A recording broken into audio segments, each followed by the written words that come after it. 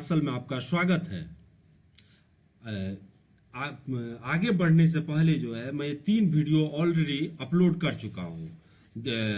वैसे तो मैं सभी शेयर को फंडामेंटल एनालिसिस के तरह से देखता हूँ और लॉन्ग रन के लिए रिकमेंड करता हूँ, लेकिन दिवाली तक भी जो है आप पोजिशनल ट्रेड लेंगे तो उसमें आपको फायदा होगा। तो ये जो 3 वीडियो है ये दीपावली उसमें से 2 वीडियो जो है दीपावली तक के लिए है और एक मैं अपने बच्चे का पोर्टफोलियो एनालिसिस किया था।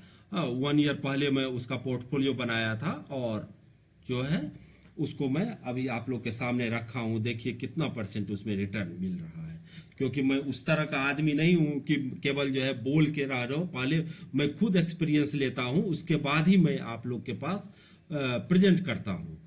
केवल बोलने वाला आदमी नहीं हूं मैं एज ए प्रैक्टिकल आदमी हूं। प्रैक्टिकल फील्ड में काम करता हूं।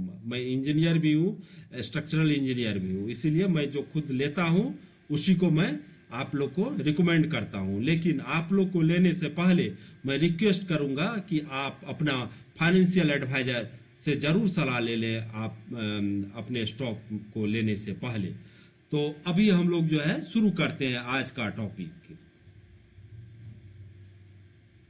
अभी जो मैं शेयर एनालिसिस करने वाला हूं और आपको बताने वाला हूं वो एक मोनोपोली स्टॉक है जो कि बड़ा धमाका दे सकता है, रॉकेट की तरह भी उड़ सकता है। आपको तो पता ही है कि एक अगर शेयर बोलूं कि एक मोनोपोली स्टॉक किसका है पूरा इंडिया में तो नंबर 1 पर आएगा वो। हाँ, तो अभी मैं उसको एनालाइज करने वाला हूं मोनोपोली स्टॉक का। देखिए उसका वन डे में अभी जो है ये थोड़ा सा ये कम पे आप लोग को मिल रहा है। 2-3% का अभी डाउन हुआ है फ्राइडे के दिन, इसीलिए अच्छा मौका है क्योंकि ये शेयर जो है जनरली आपको कम पे नहीं मिलता है। 5 डे का अगर चार्ट देखें इसका तो आपको 2651 से लेके ये आप 2643 तक गया है और ये 1 मंथ में 2385 से लगभग 11% का 12% का रिटर्न आपको मिला है 1 मंथ में। इसमें 6 मंथ का अगर चार्ट देखें तो लगभग जो है आपको ये 50% का रिटर्न दिया है। फ्रॉम 1 जनवरी से ये लगभग 82% का रिटर्न दिया है, 83% का रिटर्न दिया है। फ्रॉम 1 ईयर में ये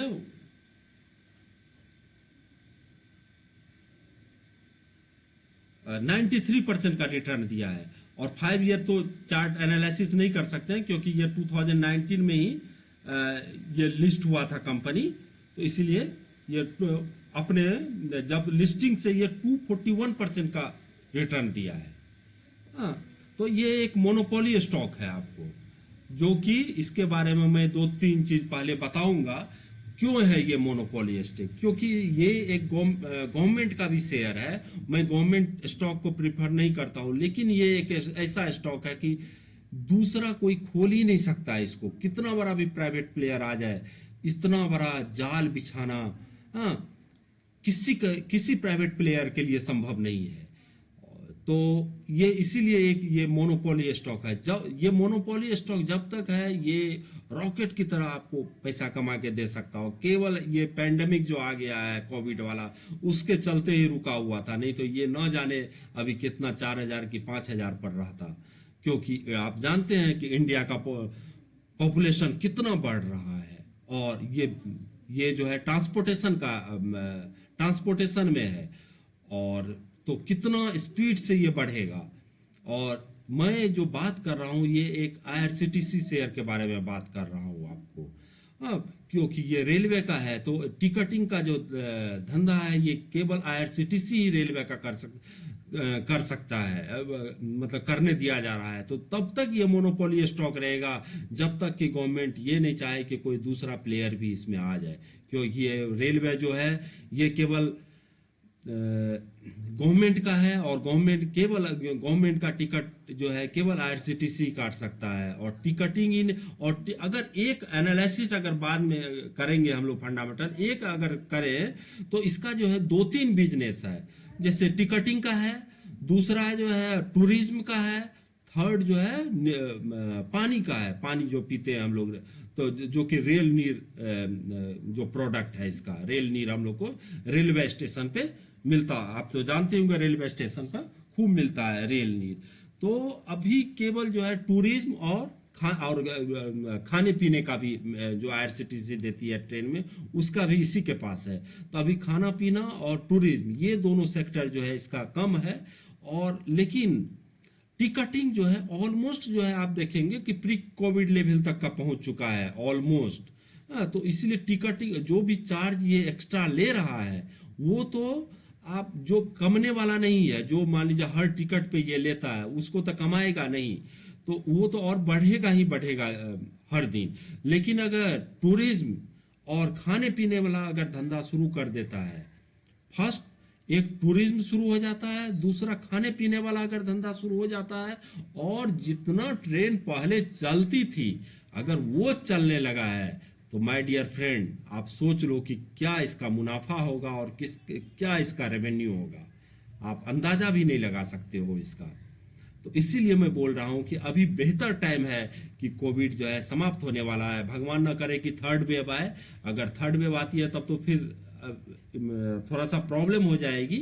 लेकिन पॉजिटिव पॉइंट ये है कि थर्ड वेव आने से भी अभी वैक्सीन लगना शुरू हो गया है, जोरों पर है, तो उतना इम्पैक्ट नहीं होगा जितना कि सेकेंड वेव में हुआ था।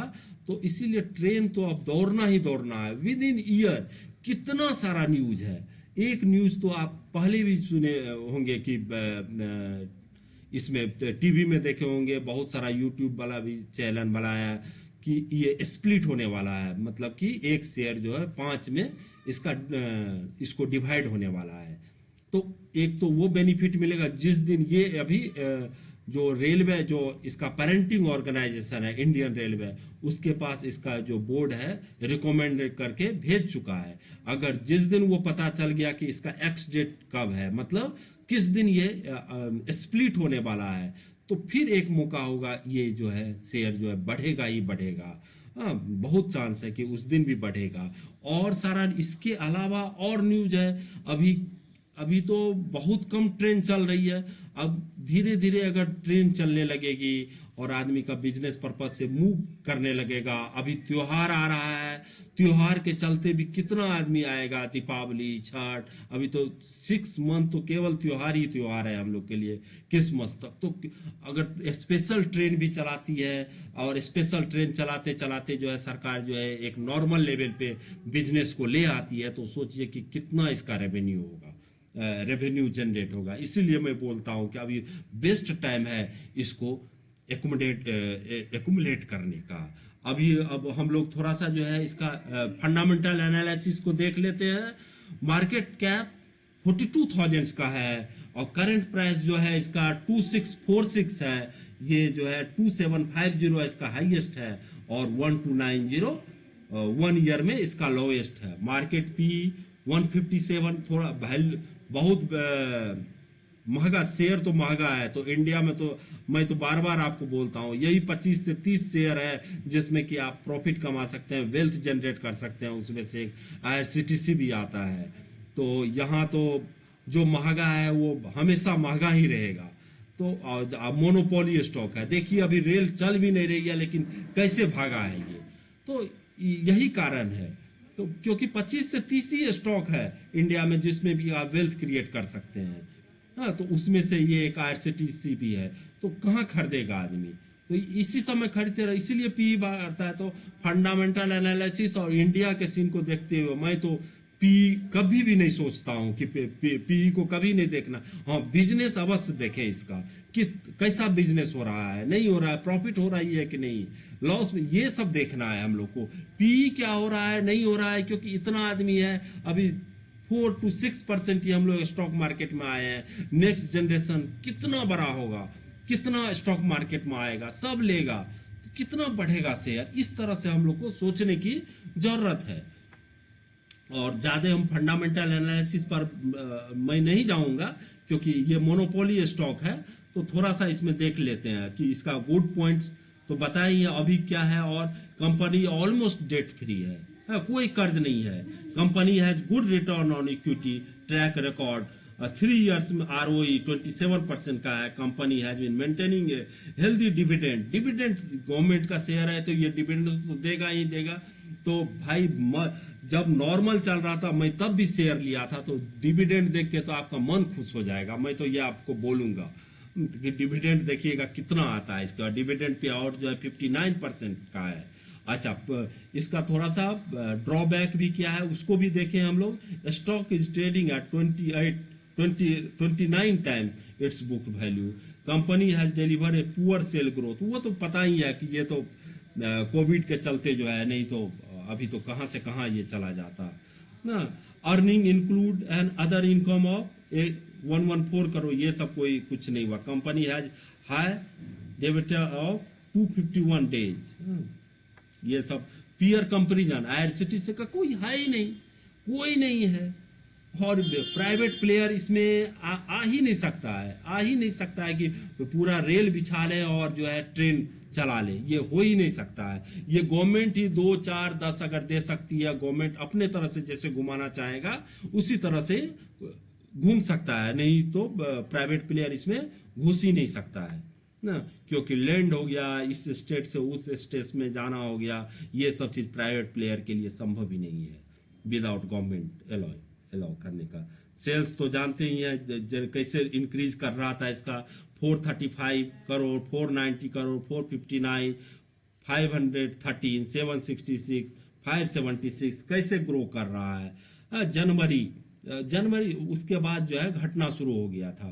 ये क्वार्टरली दिखा रहे हैं क्योंकि कोविड आ गई थी, आपको भी पता है, जून से, तो इसलिए ये वहां से घटना। लेकिन उसके पहले देखिए कैसे बढ़ा है ये क्वार्टरली भी। और अभी हम लोग एनुअली करते हैं। 1059, 1367, 1520, 1466 एकदम जो है बढ़ ही रहा था ये। 1870, 2275, 783 तो बढ़ते ही जा रहा था। प्रॉफिट को जरा हम लोग देख लेते हैं इसमें। नेट प्रॉफिट 131 करोड़, 189 करोड़, 229 करोड़, 221 करोड़, 309, 529 करोड़, बढ़ते ही जा रहा था, बढ़ते ही जा रहा था। अच्छा, शेयर रिटर्न कितना दिया है ये देखिए, 97% का दिया। मैं इस पे नहीं जा रहा हूं, मैं अपना स्ट्रेटेजी आपको बताऊंगा कि कैसे मैं लिया था, कभी कभी बाइफर्केशन करके, और मुझे कितना रिटर्न आ रहा है उस पर। क्योंकि मैं आपको बोला हूं मैं प्रैक्टिकल आदमी हूं, जो मैं करता हूं वही आप लोग को बताता हूं।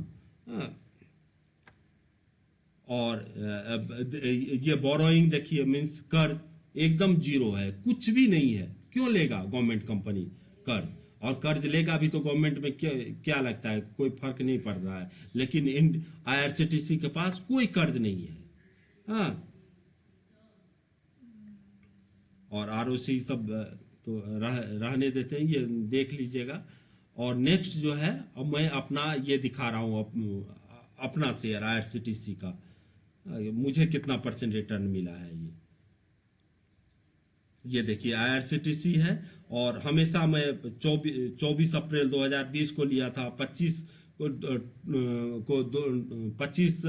अप्रैल 24 फरवरी 2020 को, 25 फरवरी 2020 को, 27 फरवरी 2020 को, फिर 3 सितंबर 2020 को, फिर 9 सितंबर 2020 को, फिर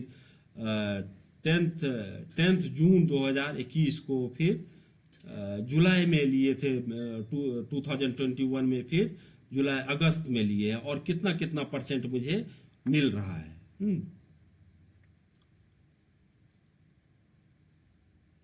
ये आपको इसमें 7%, 18%, 26%, 98%, 93%, 37%, 34%, 38%, टोटल 27% का अभी गेन है।